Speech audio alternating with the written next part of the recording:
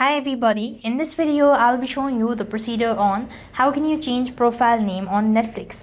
So in order to change your profile name on Netflix, you first need to log into your Netflix account, and once you've logged into your Netflix account, there you could find your home page.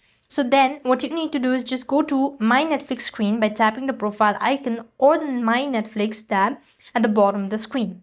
After which, tap Manage Profile Options and then select the profile you want to rename by tapping on it or the pencil icon next to it.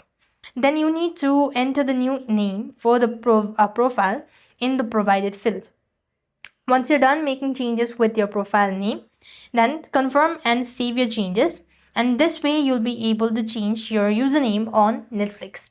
So likewise, if you're unable to change your username for some reason, then you could try updating the application or restarting the device, and that's going to help you out to fix. So this is the way you could do it. So I hope the video was helpful. Make sure to like, share and subscribe. Thank you for watching. See you in the next video.